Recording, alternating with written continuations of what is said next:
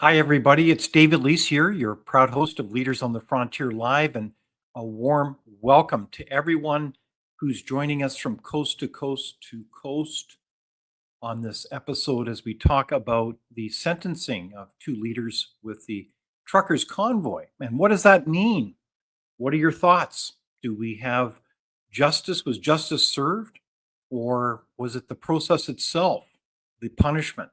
We're going to dive into this. I have two extraordinary guests to join us. In fact, one of them, Ray McGinnis, was actually in the courtroom as things were sentenced and saw that up close. And of course, the other one is John Carpay with the Justice Center, that incredible group that helps fund and defend citizens who are in these kind of situations. So bravo on both of them for joining us today. So I'm going to dive into a couple things here in terms of the news and highlights, as I usually do as people come on board. I am so grateful that you can join us and your participation in the discussion, and we welcome your feedback as usual. Both, frankly, comments that agree and disagree with what we're talking about. This is very important to have healthy debate and discussion. That is a big part of our tradition here in Canada. We should be very proud of our country as we approach Thanksgiving, and I hope you and your family are as grateful as I am for not only my family and friends and community, but this nation.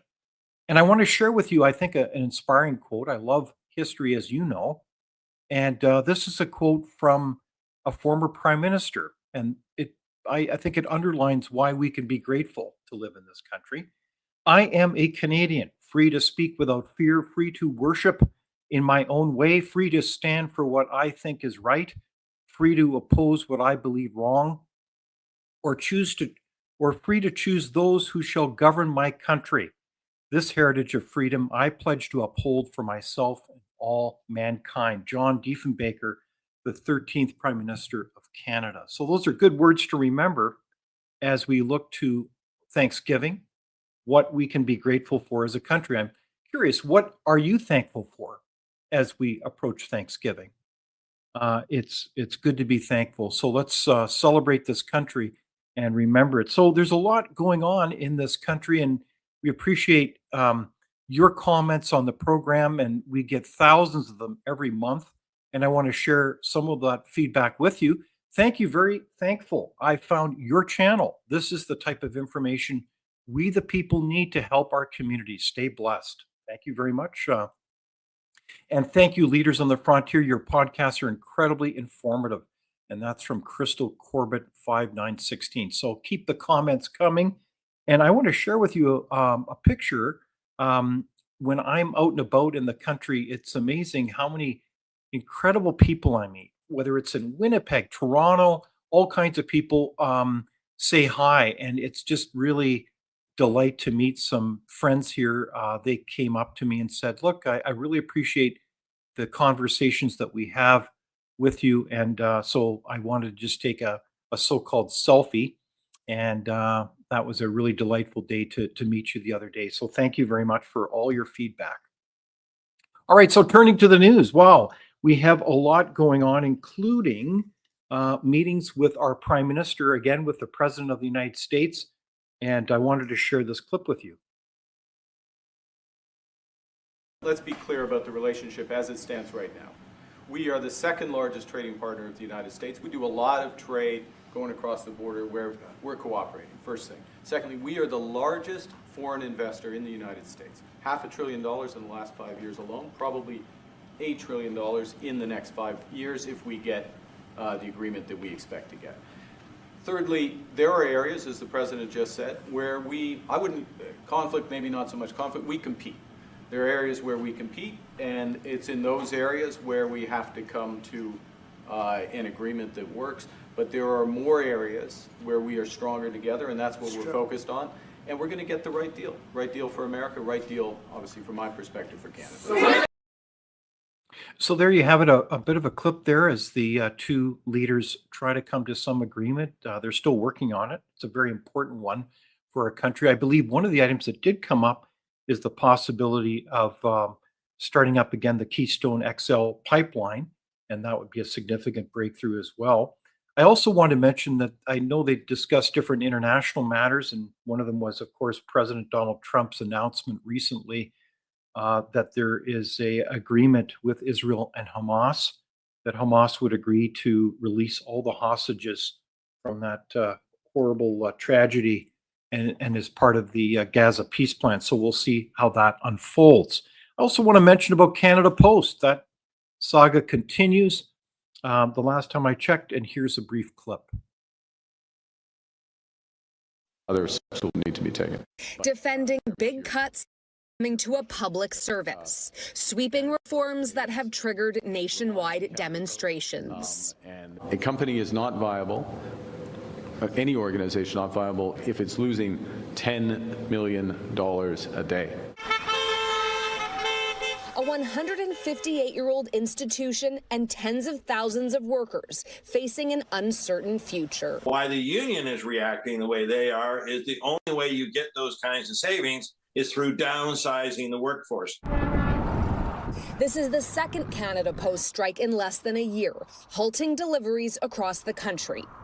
Last time around, it lasted more than a month, ending only after Ottawa intervened. But some labor experts say this latest disruption could drag on. They may think that letting a strike play out is the best way to sort of beat the union into submission and for Canada.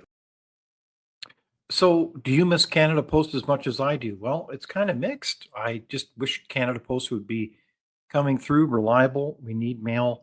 But what are the solutions? Should we just privatize Canada Post? What do you think?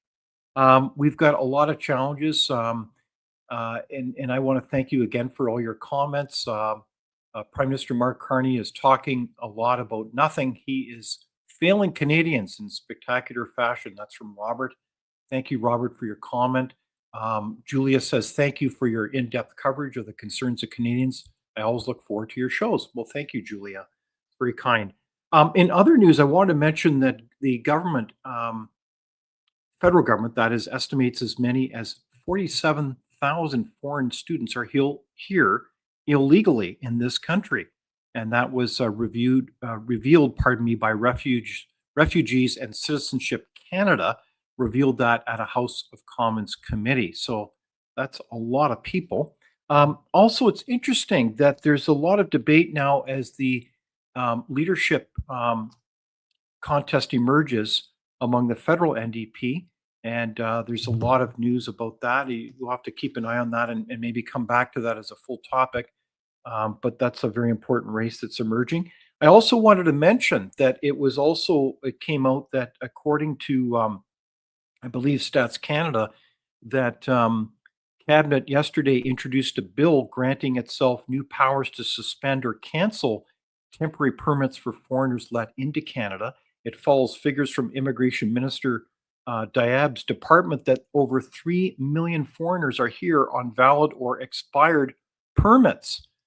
We have rules in this country and we expect people to follow those rules. That was reported by Blacklock's media.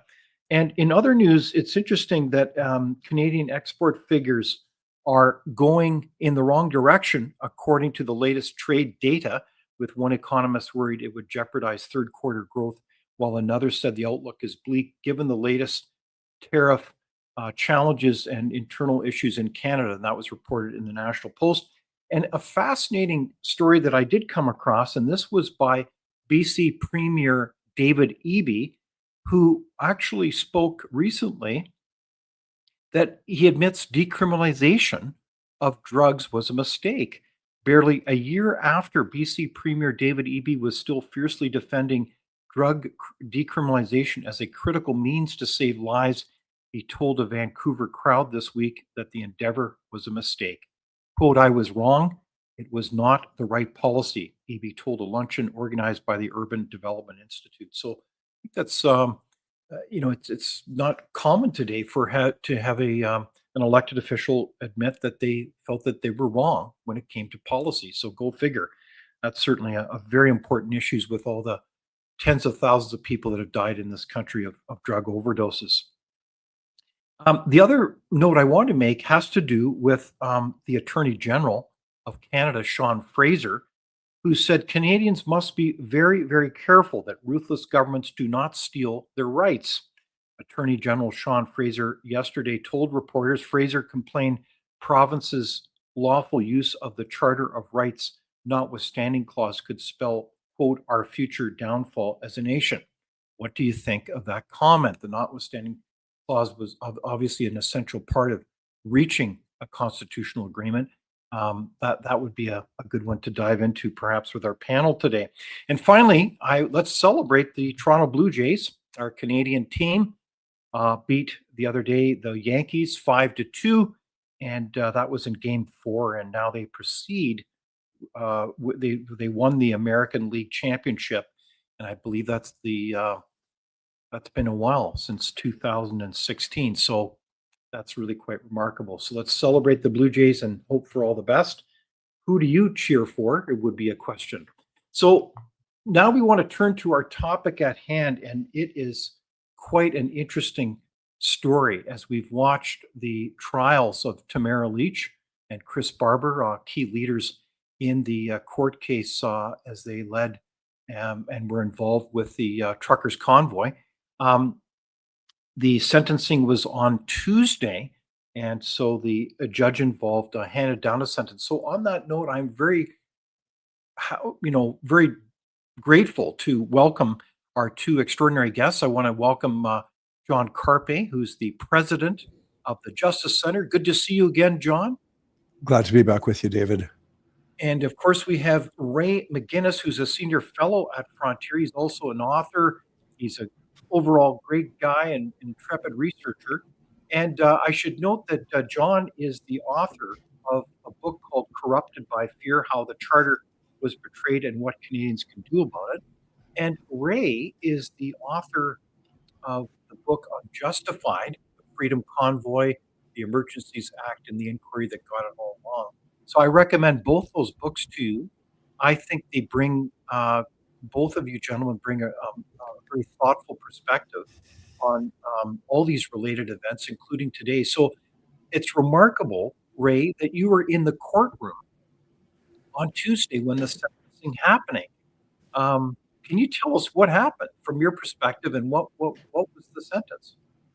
Yes, good to be with you too, David. Yes, I was in the courtroom, and the judge, Heather Perkins McVeigh, reads her decision regarding the sentences. It's about 2.5 hours that she's reading, so we're all listening, and the mic's not that loud, so peeling our ears to see.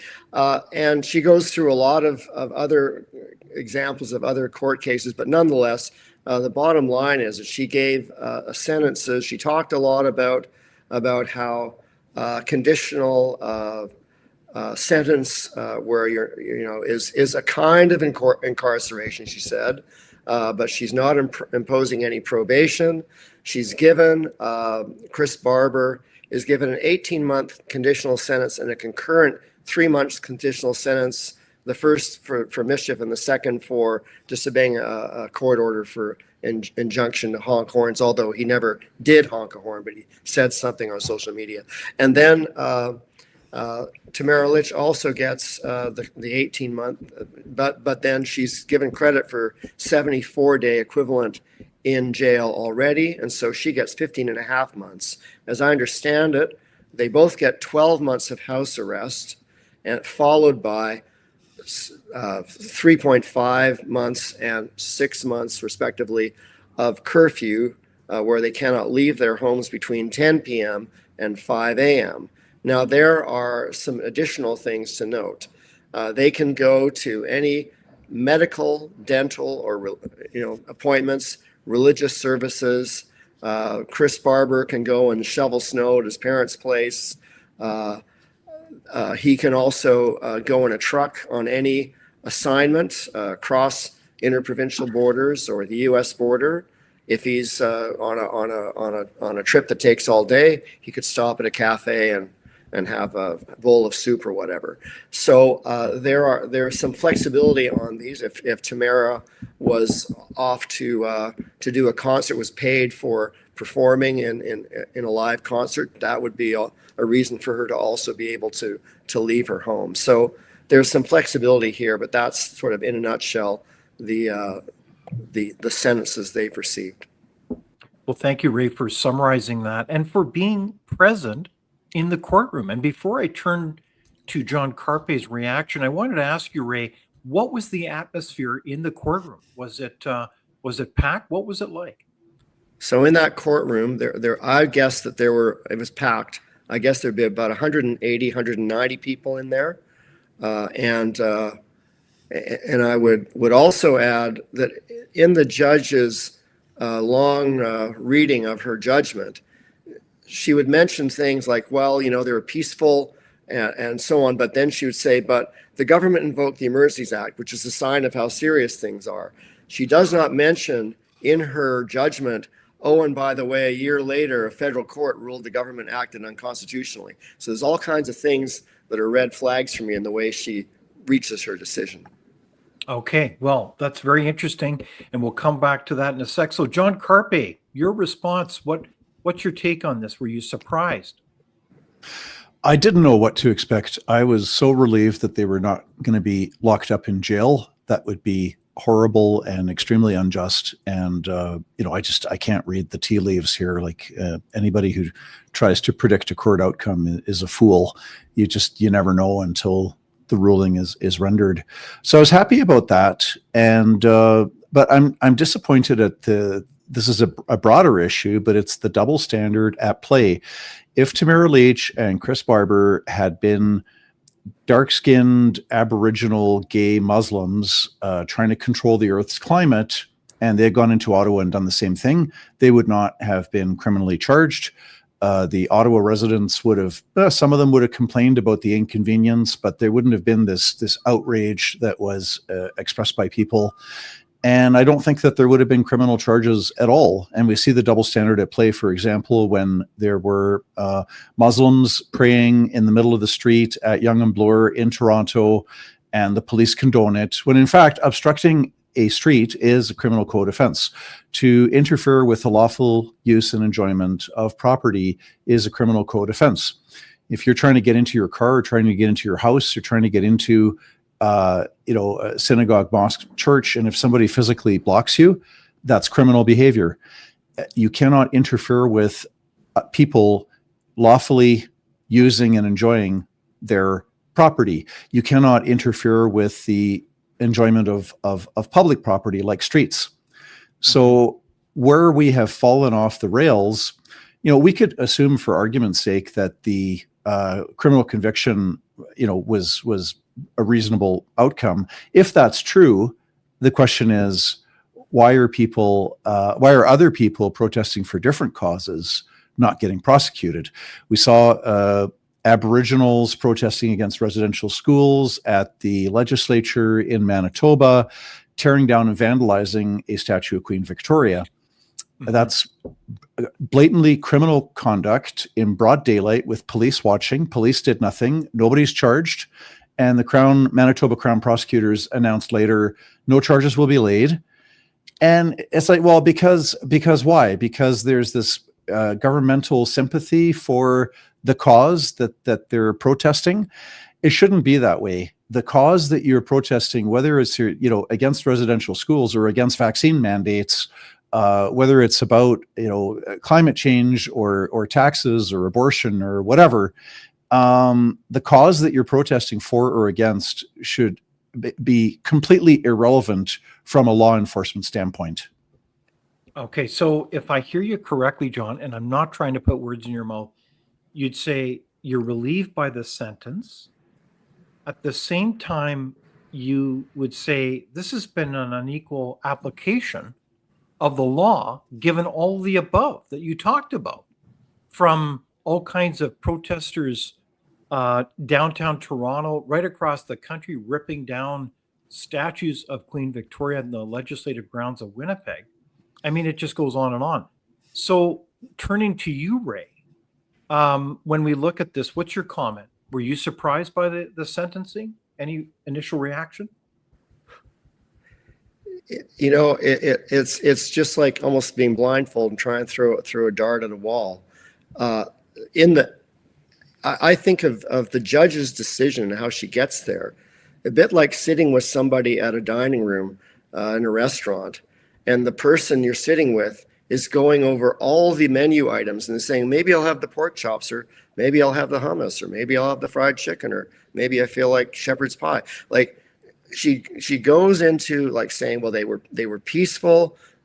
All the protesters going into the city had a code of conduct to be peaceful. They were cooperating with police. They had a plan that was going forward. 102 vehicles by noon on the 14th of February were demonstrably gone from the city in cooperation with the city of Ottawa. And Tamara didn't even have a truck, didn't honk a horn. And Chris was also telling other protesters not to honk, so they cooperated with the provincial court injunction. And so you have all these examples of how they cooperated, but then there were lots of people who were there. It was called a mass mischief. It's never been this big a protest before, so we got to do something. It's kind of like we've got to do something. We can't just give them a discharge. And so it's kind of like you're kind of going in one direction and kind of weaving along on a playland, ride, and then she finally lands where she lands. But it wasn't really. It's not. I think, and this is why I think that there likely will be, as Lawrence Greenspan said, there will likely be an appeal.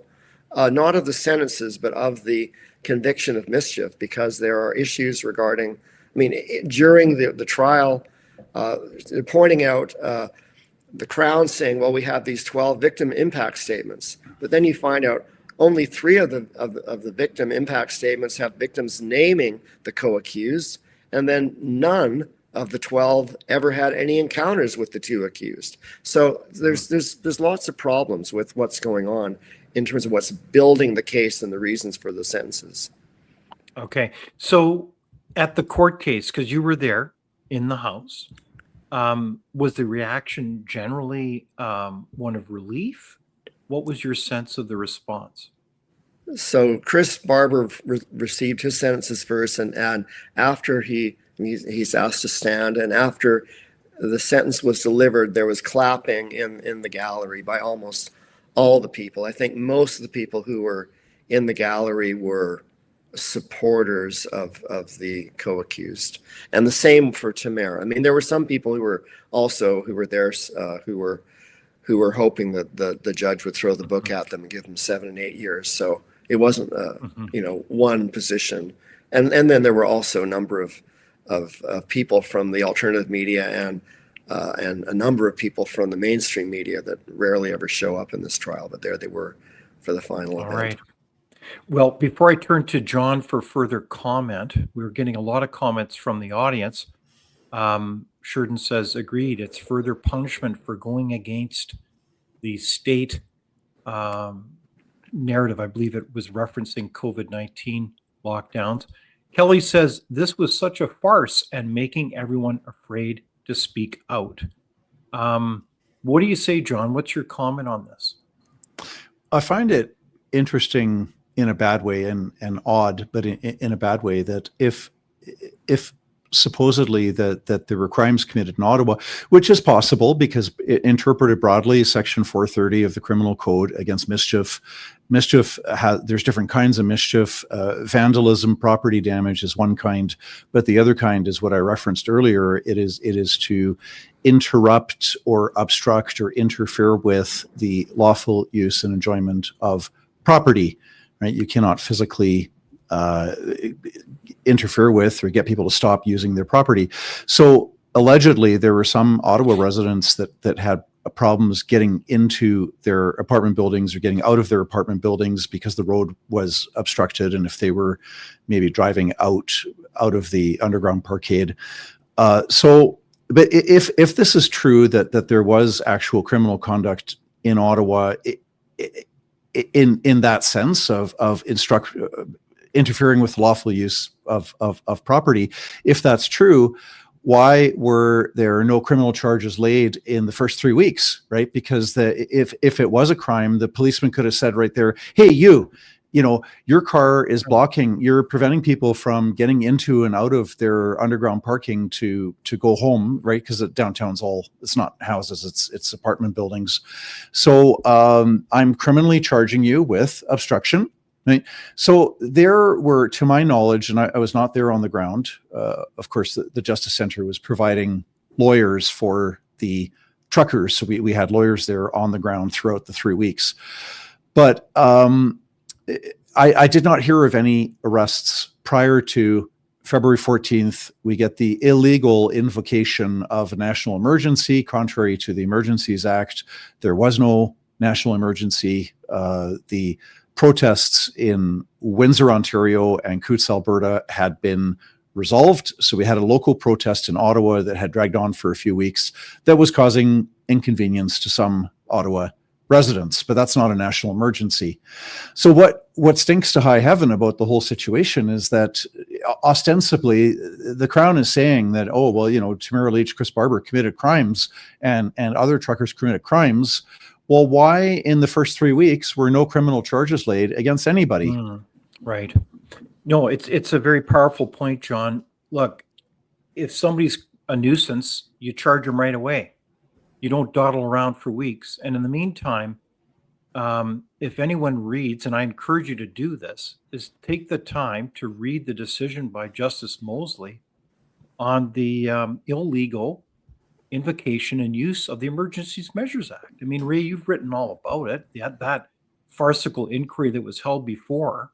And then Mosley's decision comes along and frankly decimates what the government was doing. It was just totally out to lunch. And everybody knows this. And yet, Ray, you referenced earlier that the judge here in question that did the sentencing didn't seem to be aware of that fact. Is that correct? I mean, in all fairness, I have to be careful what I say because I haven't read the sentencing decision. But I mean, to me, that's very worrisome that judge isn't aware of that Mosley's decision. Is that correct? I can't say that she doesn't know about Mosley's decision, but both in her verdict of April 3rd this year, where I also was fortunate to be able to be in the courtroom back then to hear the whole verdict that was read for maybe 4.5 hours, and then this decision that she's made regarding the sentences to hand it out, she doesn't ever acknowledge the federal court decision regarding the illegality, unconstitutional nature of the government's invocation. So while she may be aware of it, she opts to omit mentioning it, and this is a problem that happens a number of times in her what she chooses to point to and ignores. I mean, like there's at no point do they mention even the code of conduct to peacefully behave. That should also be a win in terms of mitigating circumstances, but she avoids mentioning some things. Okay, I just wanted to put a pin in that and just note that. So we want to go through this a little bit further and understand more of the implications, and we really appreciate the audience's comments here. They're coming in fast and furious. One question that comes up is, do you really think, or pardon me, the judge ruled, this is CE, the judge ruled that the convoy protest was basically a peaceful protest without criminal activity or vandalism. And it's hard to remember all this because it goes back years now. But we know that virtually everything that was asserted by the legacy media was utterly false. The notion that they were funded by the Russians was one that was tabled. It's hard to believe. This is like from whatever planet by the CBC. And then you have all kinds of references made that somehow there were thefts going on when in fact it was other perpetrators. There's also issues around garbage when in fact they were collecting it up. People that were on the scene saw many things, including, what was it again? Bouncy castles in a hot tub, no less. I mean, it is really, truly stunning. The narrative was simply not reflecting at all what was on the ground. I know that there was a crew from, Bridge City News that went there. I remember these gentlemen well, David Craig and Jeremy Press were actually on the ground. And they were describing what they were seeing. And meanwhile, I'm watching legacy media, and it's just in utter contrast. So that, I think, is a very important dynamic in this, as people see or remember this history in very different ways. And one saw it as a very peaceful protest trying to raise their voice, largely working class people, not the laptop people, the laptop class that had the luxury of working from home, in contrast with people who see this as almost kind of like the quote insurrection. This was a violent protest, and damn it, these people broke the law and they should be punished. Is that a kind of a divide that surprises you, John Carpay? Or was this on purpose to kind of nurture very different narratives? Is that what we're contending with now? Well, the divide does not surprise me because, it used to be, let's say in the 70s and 80s and even into the early 90s, almost everybody was watching one media source. Both of you and many of the viewers and listeners might, if you're 50 or 60 or 70 years old, when you're growing up, the 6 o'clock news, that's there. Everybody's watching the 6 o'clock news. Mm-hmm. And so, of course, people still had differences of opinion, but maybe not quite to the point where you're talking to somebody and you feel like they're living on a different planet, like what universe do you live in? But this is where, because of the lack of integrity in the so-called mainstream, in the government-funded media, so horrifically biased, so unethical, CBC is probably the worst offender. They don't even interview two different sides. They might interview 2 or 3 different people to provide comment on an issue, but all 2, 3, 4 people have the same viewpoint. When they did lockdowns, they never interviewed anybody that said that lockdowns were doing more harm than good. I know the Justice Center got completely boycotted from media starting in March of 2020. We were the only national civil liberties organization to call for an end to lockdowns. You were boycotted. Well, informally, the mainstream media boycotted us. Like, we didn't get any media. I got no media interviews after March 2020 when we challenged the lockdowns. We started out by asking questions. I mean, are these effective? Are they necessary? Are they doing more good than harm, or more harm than good? So we were challenging them, asking questions, and then 2 months into the whole experiment, we said, like, no longer justified. This is not based on science. So we called for an end to lockdowns. So we were boycotted. I got no interviews from CBC, CTV, Golden Mail, all these government funded, but the Justice Center tripled in size over the next 2 years because we had the Rebel, Juno News, or I think True North at the time, and the Western Standard, the Epoch Times. So I'm not surprised. So what we've got in Canada today is some people are getting their news only from independent media like the Rebel and Juno, and even this show right now, Leaders on the Frontier. It's a form of media. So you got some people, and then others, they're getting their news and information only from CBC, CTV, Global. And so you've got this divide where, two Canadians will be talking and it'll be like, well, what planet are you living on? So, and we saw that with the Freedom Convoy in Ottawa. You had the independent media reporting accurately that this was nonviolent, peaceful protest, oftentimes fun and celebratory and a big party. And then you had, CBC talking about the evil, violent, neo-Nazi, racist, white supremacists who were, about to light the city on fire and overthrow the government. I'm exaggerating a little bit, though not by much. But John, it's true. It is truly remarkable. To this day, when they introduce those mandates on truckers who spend most of their time, where is it again? Oh yeah, in their trucks. There was no tabling of any kind of analysis that showed that this somehow they were a health threat and that they should be gone after. Instead, it seemed like a persecution of a working class group of people. And they finally said, enough is enough. In this time of fear, they dared to get in their trucks and do something about it and say, this has got to end. And so they were speaking up. And it's interesting, Ray, you did the book on Justified, that inquiry that you know is you know, it's really remarkable that that exercise was even undertaken. But we know that the the use of the Emergency Measures Act was not justified. And Mosley summed it up brilliantly. So what's going through your mind as you look back at this complete history? You've been watching this for years. And what's in your mind as you look at where we're at today?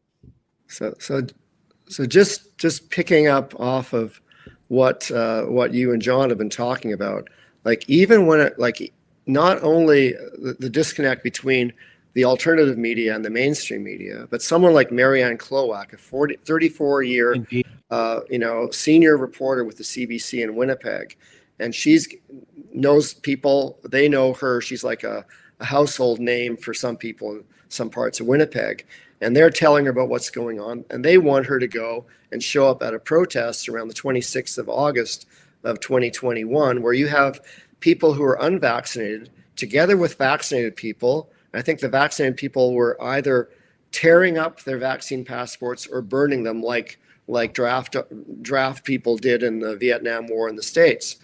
A big story, 2,000, 2,500 people, but the CBC higher ups at Winnipeg wouldn't let her report that story. Instead, she was sent off to do a story about an infestation of crickets in Winnipeg. And so you can even have reporters who want to do the story, who know about it, but their senior editors will say, no, I'm giving you a different assignment. Unbelievable. I also have a very interesting message because it's one that we need to hear. I got a note in response to this program that said, what a load of bleep. They broke laws on trespassing. This is referring to these two leaders. They broke laws on trespassing, vandalism, occupying a public street, and mischief. Every thinker from Plato to MLK recognized there are consequences to civil disobedience. Happy to debate anyone of your ilk. So, meanwhile, are we a society of laws or morons? Well, obviously, we don't want to call each other names, but I would suggest that there's a lot of points there. Are they actually factual? I mean, were they committing a lot of laws? Like, was there vandalism? Not to my knowledge. No, there was no one was charged with smashing a window or of a shop or breaking into a vehicle.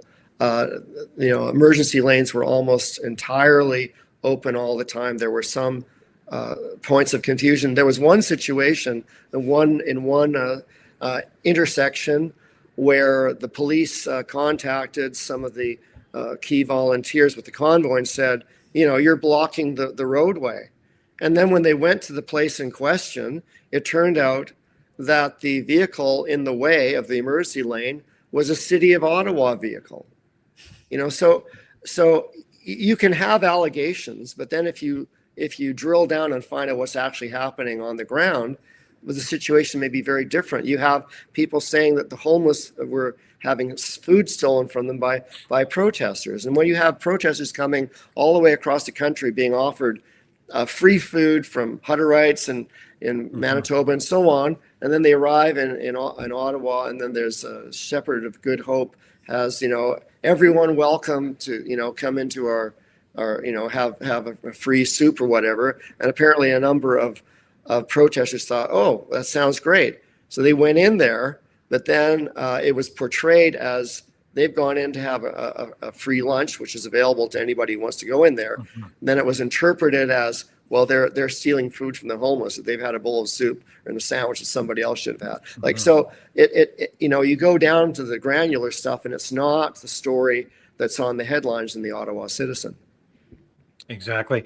So I do want to share a clip of some of the reactions to the sentencing, and this is from the lawyer, I believe, for Tamara Lich, if memory serves me correctly. Or phone call to me. Can you tell me what kind of message this may send to other individuals who may want to protest, given if it's another protest against government overreach? We see something going on in the ostrich farm right now. What message does the court send in terms of other mass protests? I think the message from the judge was really clear that my client and Ms. Leich had the best intention when they came to Ottawa. It was a lawful protest. She found that it turned into unlawful because of the blockage of the streets, and that's what the message is. Like, protest, but don't block the street. Don't interfere with other people's enjoyment of their property is the clear message. I think the judge wanted to make sure in her decision today, and even in her decision on conviction, that protest is allowed. That's not the issue. It's the manner of the protest that Do you think there's a double standard with how Hamas protesters are really unmolested by police? Yeah. None of them are being jailed. There's no 3-year prosecutions like this for mischief, whereas trucker protesters have been jailed and the enormous amount of resources thrown at them. It's hard for me to comment on another protest that I don't know the facts of each of the protests. John, your response to that comment from Tamara Leich's lawyer? But I would agree with her that she can't, and I can't, nobody can. If you don't know the facts, it's hard to, but I've heard anecdotally that pro-Palestine protesters, or worse, pro-Hamas protesters are, getting, not getting charged or prosecuted. It is criminal conduct to obstruct a street, and rightfully so. I mean, that I don't object to that being part of the criminal code, right? You're endangering lives potentially if you're talking about a police or fire truck or ambulance. If you're not directly endangering lives, you're inconveniencing people. So it is a crime to block a road, and it is a crime to prevent people from entering and exiting where they live. But it's not the judge's fault that nobody got charged criminally. But what should have happened, if it's the prosecution really that is at fault here. What ought to have happened, if it's true that the truckers were behaving criminally, they were there for 3 weeks. Why were no criminal charges laid against anybody if these really were crimes? They could have criminally charged truckers. The other part of ordinary law enforcement as well is that the City of Ottawa and the province could have issued tickets, right? So non-criminal, but like a parking ticket, or even there's a provincial offense of obstructing a highway. You can get a ticket for that. That's not a criminal charge. They could have towed trucks. They could have launched all these prosecutions. Indeed. They could have given millions of dollars worth of tickets, but instead they do nothing. And then all of a sudden, Emergencies Act, which is illegal, then a violent crackdown. And then suddenly, after 3 weeks, you get people arrested for criminal activity. That's not how you run things. Okay, but let's be frank. In many ways, this situation is really quite remarkable because you had a peaceful protest. The real story is that the City of Ottawa police were working with those protesters in a cooperative way. This is what I understand from many people that were on the ground. And they were working together to deal with the reality that there's a lot of people concerned about this whole situation, and they were protesting. Point number 2, there was not a single representative from the government that came out to sit down and have a cup of tea with these people and listen to their concerns. Instead of doing what a representative does to sit down and have dialogue and collaborate, to have a discussion, they demonized them weeks before they arrived in Ottawa. This is what happened. And then thirdly, you have a situation where when you look at this whole unfolding, everything that was asserted under COVID-19, I can't think of one single thing that was accurate. And I know there were certain select people that were vulnerable to this virus, but we know the mortality rates, they were less than the seasonal flu. So the other side to this that I find fascinating to this whole story is it wasn't so much the sentencing that was the issue. It was the process that dragged these people through that was horrific. They have spent, Tamara Lich and Chris Barber have spent years dragging this through. And if it weren't for the work of the Justice Center, the Democracy Fund, others, they would have been bankrupted, right? I suspect. Oh, absolutely, without absolutely. knowing their financial, right? So John and Ray, is not the process the punishment here? The sentencing was in keeping with a disruptive nature of this. In hindsight, is 2020, and I get that. But in this case, it was the process that was the punishment, and that to me sends a clear chill right across this land from coast to coast. That if you get too much out of line, and if you don't agree with it, then you go at your peril. Because if the government doesn't like you, they're going to persecute you. They won't prosecute you; they will persecute you. Isn't that the story, Ray? Yeah, so yes, and I want to add that Diane Magus is Chris Barber's lawyer, and Lawrence Greenspan is Tamara Lich's lawyer. They were partially blocking most of the streets because they had cleared emergency lanes, and there's lots of evidence of many fire trucks or ambulances and police cars being able to go about their business as they wished. And so you also have the court injunction by Justice McLean, provincial court judge, who on the 15th of February of 2022 said, I'm going to extend my injunction. You continue not honking horns. I'm satisfied you have abided by my injunction, and you're welcome to continue peacefully protesting. And even the parliamentary proclamation of February 15th, after the invocation of the Emergencies Act, said you people are welcome to continue protesting up here in Parliament Hill. So you have these kinds of messages indicating that the protesters will well enough behave that they're welcome to continue protesting even after the Emergencies Act is invoked. Yeah, so you can understand why some of the protesters were confused about the messages from the government. Plus, the government knew that the city of Ottawa and the protesters had agreed on a plan to remove 75% of the vehicles from the footprint of the downtown area, and they'd be gone, with only 25% left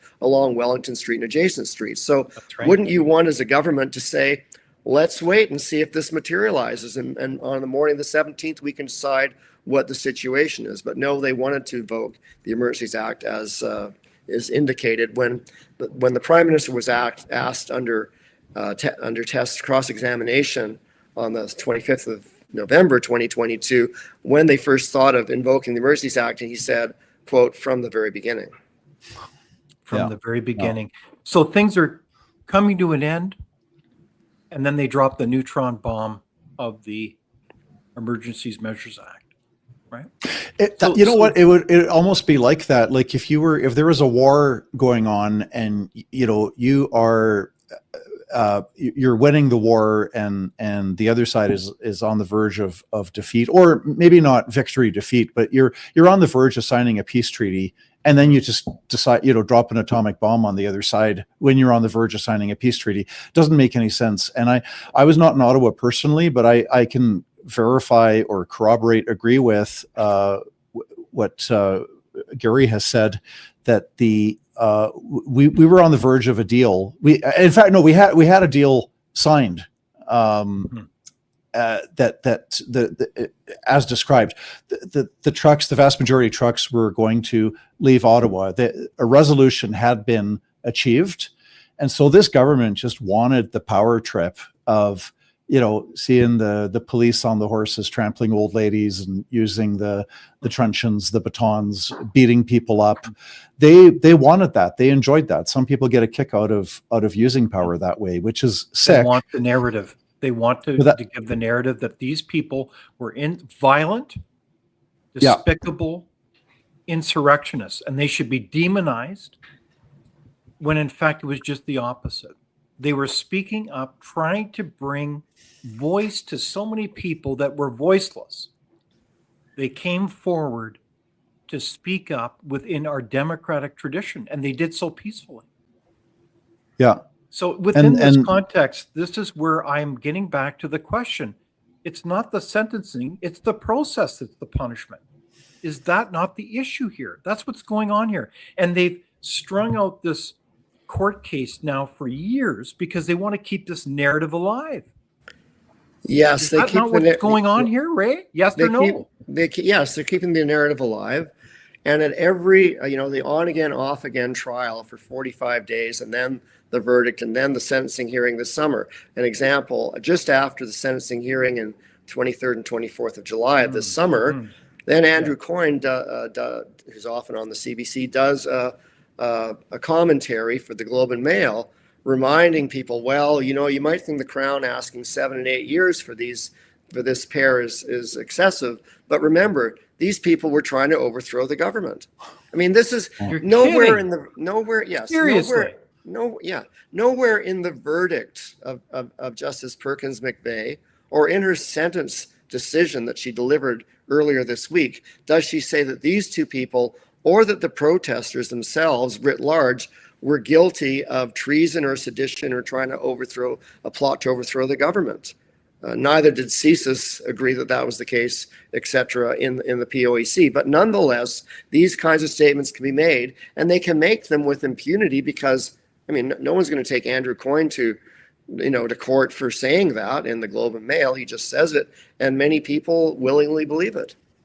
Isn't that remarkable? What a stunning example of not even basing some kind of analysis on facts. So John Carpay, I have a question related to the Crown here.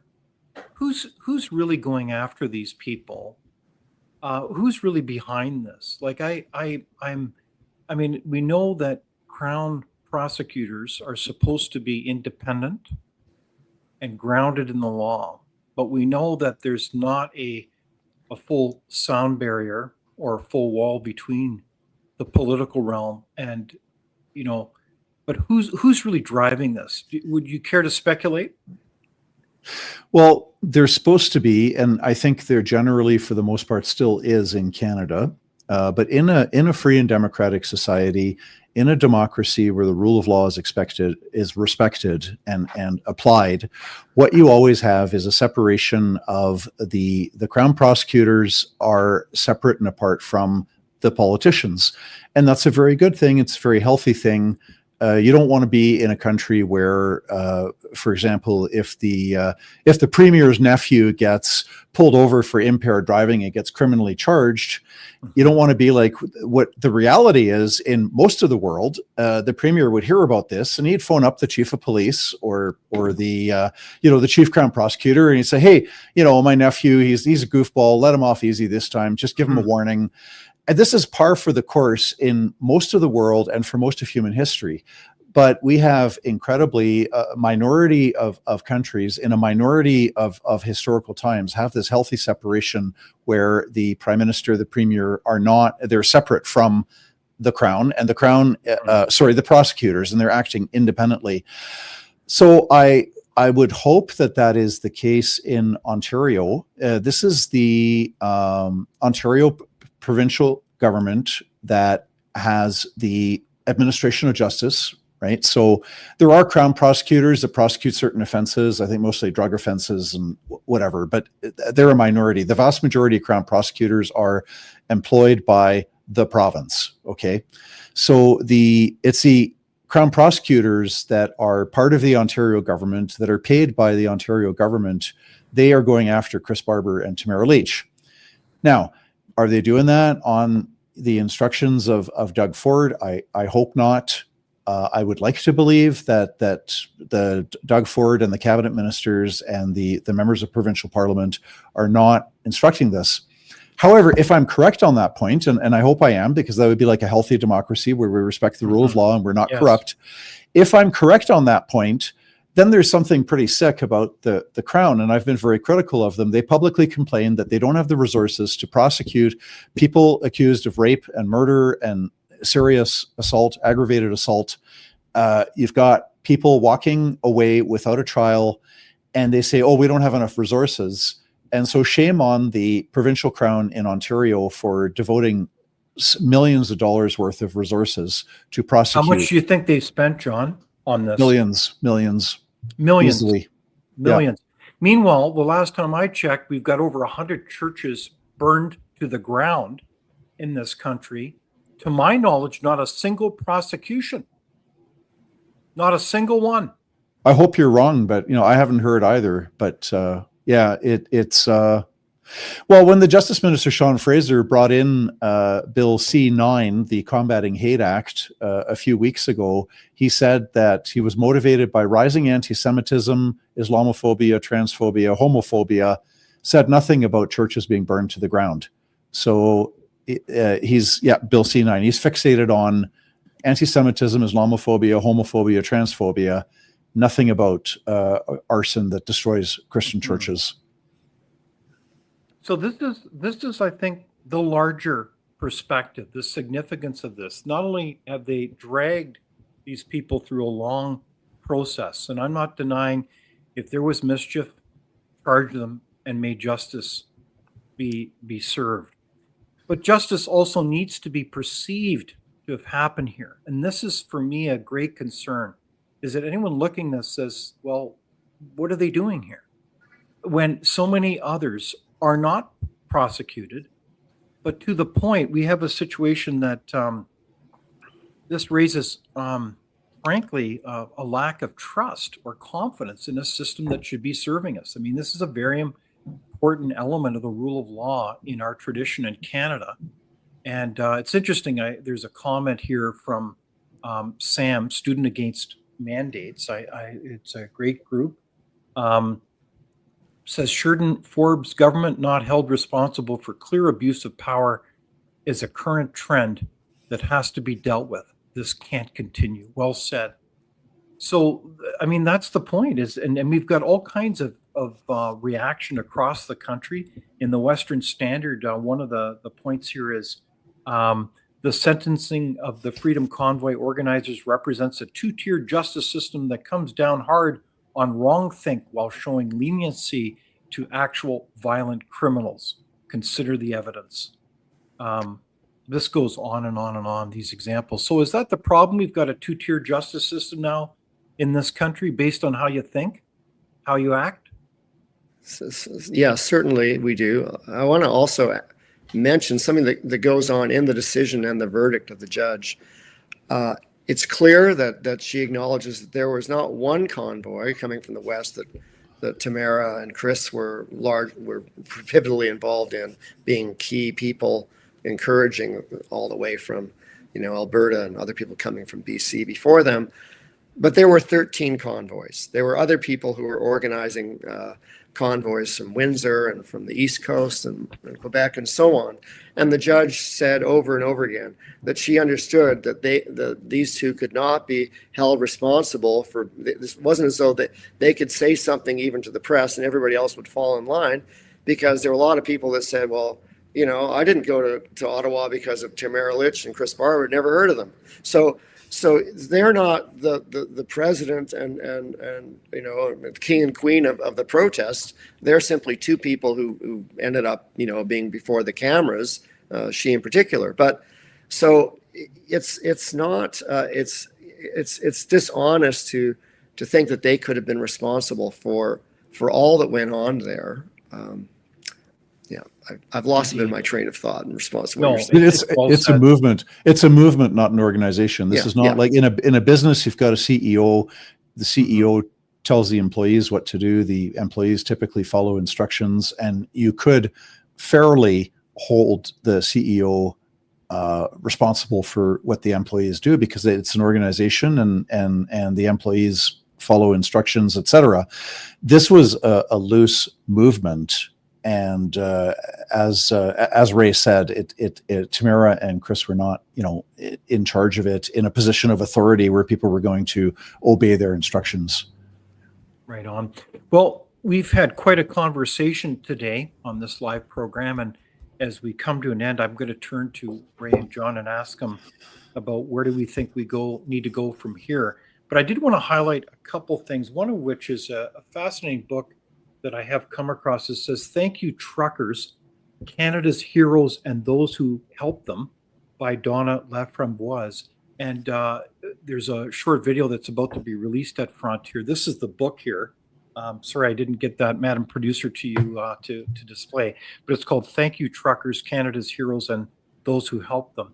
But I found it fascinating because it goes in great detail about the stories of various people that participated. And what struck me about it was again and again, people felt a sincere concern and the desire to be able to speak up and do something in service of their country, to out of a care and frankly a love for their fellow Canadians, to say this is not what we should be doing. We're locking down society in a way that is doing great harm to not just simply adults, but people of all ages, including children. And I'll never forget the words from a good friend of mine, Dr. Martin Kulldorff, one of the writers, authors of the Great Barrington Declaration, and certainly one of the world's renowned virologists, who said he will never forget the truckers moving down from road to road across the country. And they were following the science. It was they who shed a light on the reality that the approach and management of COVID-19 was not following best healthcare practices. So I thought that was an inspiring reflection about the significance of that protest, not only for Canadians from coast to coast, but from around the world.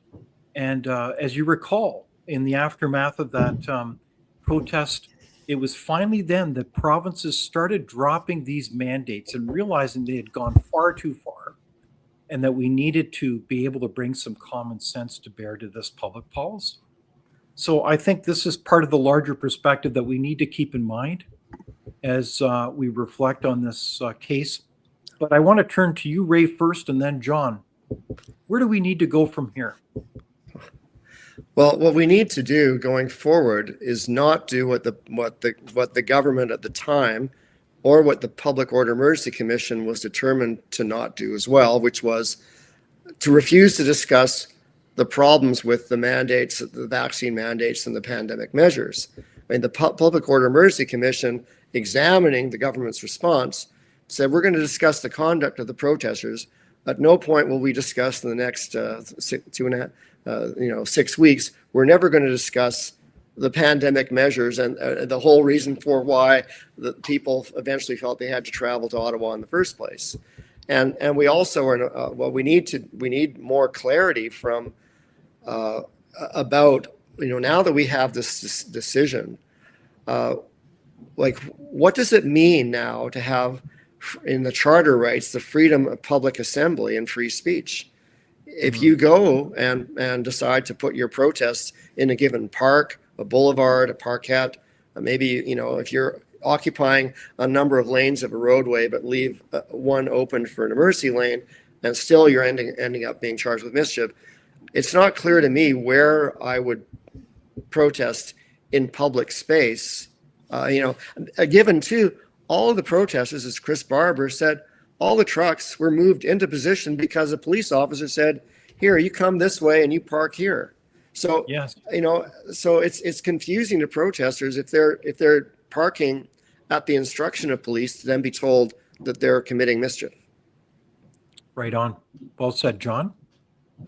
Well, it's unlikely we're going to have exactly the same situation in the future with, the same government policies being objected to by the same people using the same methods of protest. But kind of stepping away from it, kind of looking at it from 30,000 feet, it's incredibly important that people love the truth and practice their love of truth by using their brains. And there's a healthy medium between, on the one hand, you could be paranoid and you think everybody's lying all the time, and all the government, all the politicians, all the bureaucrats, everybody's lying and you can't trust anybody.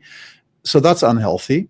But the opposite is just as unhealthy when you adopt this naive credulity where you turn into, where adults who have brains turn themselves into almost like a 5-year-old kid in kindergarten listening to their kindergarten teacher or listening to their mother and father, and just having this credulous attitude where every word that comes out of the politician's mouth is absolute truth, and you should completely trust everything they say as true.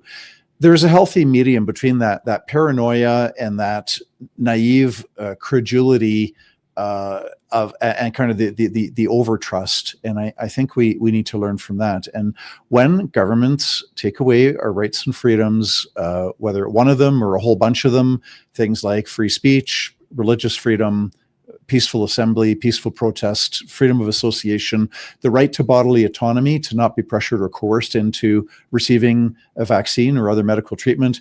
Anytime the government violates rights and freedoms, we have to be adults. We have to use our God-given brains. We have to ask some really hard questions and walk that healthy middle path between the unhealthy paranoia, thinking everybody's lying, but also rejecting the opposite.